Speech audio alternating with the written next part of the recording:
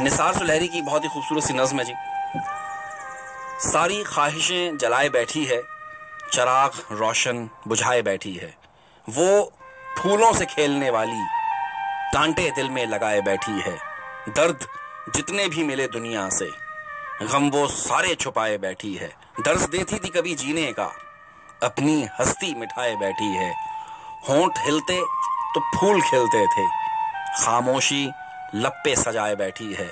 घायल करती जो सबको नजरों से, आंख पूर्णम बनाए बैठी है। लिख रहा हूं मैं उसकी जिंदगी पर, सामने मुझको बिठाए बैठी है। सारी ख्वाहिशें जलाए बैठी है, चराग रोशन बुझाए बैठी है।